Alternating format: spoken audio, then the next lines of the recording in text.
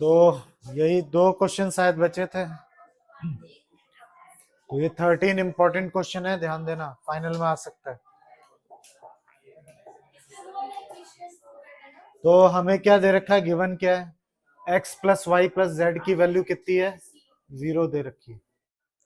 हमें शो करना है कि x cube plus y cube plus z cube 3xyz के बराबर होता है। तो इसके लिए इस वाली आइडेंटिटी का आप यूज करिए। लिखेंगे पहले तो ये लिख देना पूरा identity. If x plus y plus z कितना है आपका, 0 है। इस आइडेंटिटी में कहा x plus y plus z है, ये रहा। इसकी जगह आपको क्या पुट करना है, 0 पुट करना है। therefore x cube plus y cube plus z cube minus 3xyz, और इसकी जगह x plus y plus z की जगह क्या पुट करना है, 0। और ये पूरा ब्रैकेट मैं नहीं उतारा, आप उतार लेना, ठीक है। 0 से जैसे ही ये मल्टीप्लाई होगा पूरा ब्रैकेट, तो क्या हो जाएगा, 0 हो जाएगा।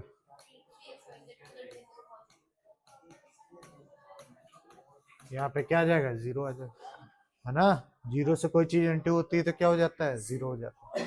बस इस 3xyz को उस तरफ भेज दीजिए, बस हो गया प्रूफ।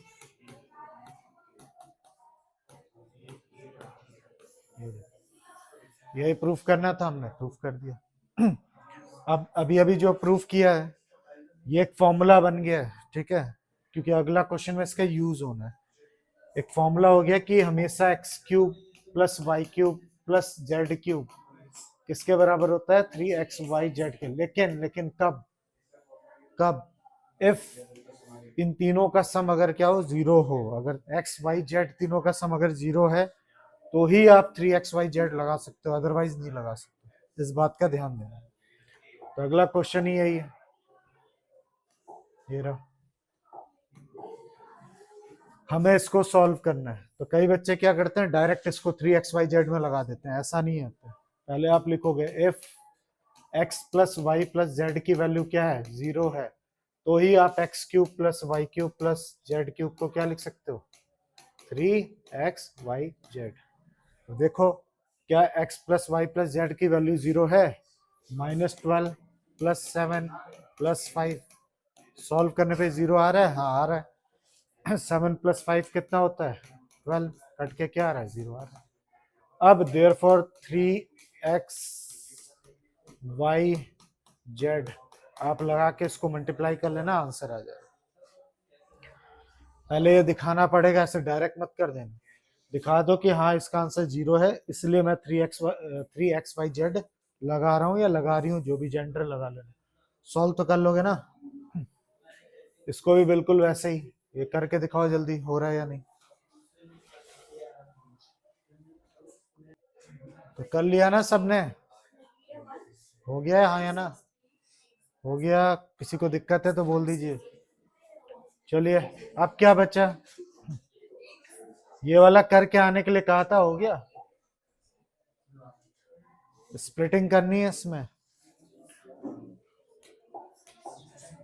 और इसके लेंथ और ब्रेथ निकालनी है, ठीक है।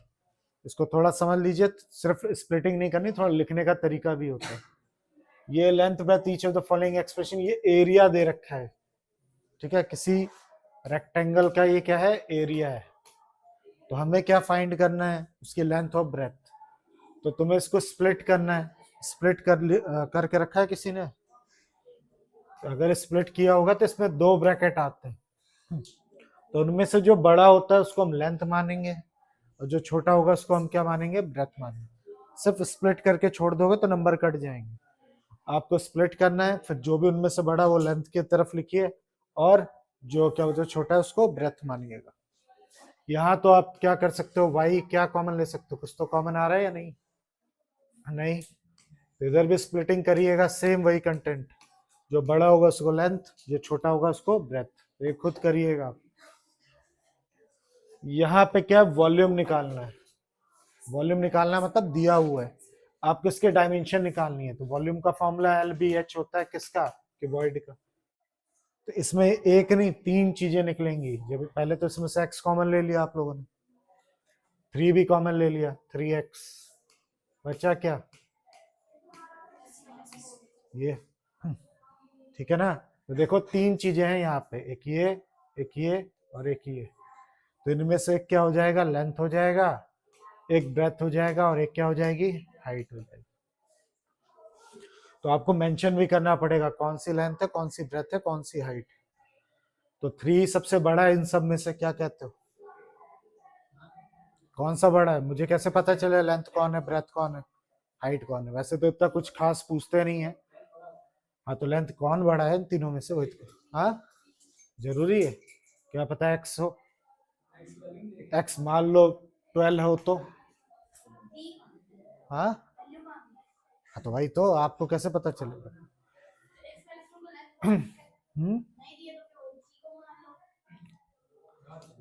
चेक करो क्या दे रखा है, चेक करिए फटाफट। ऐसे कैसे? हाँ तो ये लेंथ है, ये ब्रेथ है, ये हाइट है। क्यों? वही प्रॉब्लम, एक्स की वैल्यू तो कुछ भी हो सकती, समझ गया ना। सिर्फ स्प्लिट करके नहीं लिखना है, इतना छोड़ दिया तो नंबर कट जाएंगे। देयरफॉर ऐसे भी नहीं लिखना, वो तो समझा रहा हूँ। लेंथ कितना हो जाएगा 3, ब्रेथ हो जाएगी x, और क्या हाइट क्या हो जाएगी x-4। यूनिट डाल देना, यूनिट यूनिट यूनिट ऐसे।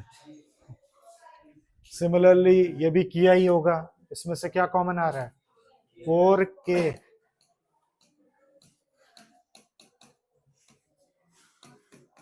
ये अब इसको आप क्या करोगे, स्प्लिट करोगे तो 2 ब्रैकेट आएंगे। तो इसको ये लेंथ मान लो, ये ब्रेथ, और ये क्या हो जाएगी, हाइट हो जाएगी। तो स्प्लिटिंग आप पे छोड़ रहा हूं मैं, ठीक है, आप कर सकते हो। बस खत्म पूरा चैप्टर। तो फाइनल में इसी तरीके से तैयारी करिए अपनी, अच्छा जाएगा पेपर। ठीक, अब इसका टेस्ट कब दोगे, कल? चलो गुड।